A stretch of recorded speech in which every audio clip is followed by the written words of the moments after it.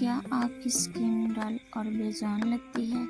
महंगी क्रीम्स छोड़ दें, ये आसान नुस्खा ट्राई करें। सिर्फ 2 चीज़ें लें, चावल का पानी, एलोवेरा जेल। आधा कप राइस वाटर में 1 चम्मच एलोवेरा जेल डालकर अच्छी तरह मिक्स करें। अब इस मिक्सचर को अपने चेहरे पर नरम हाथों से लगाएं और 15 से 20 मिनट के लिए छोड़ दें। फिर सादा पानी से अपने चेहरे को धो लें। चंद ही दिनों में आपको अपनी स्किन ज़्यादा नरम, साफ और ग्लोइंग महसूस होगी। ऐसी मज़ीद आसान ब्यूटी टिप्स के लिए हमारे चैनल को सब्सक्राइब करें, वीडियो दोस्तों के साथ शेयर करें, कमेंट्स करें।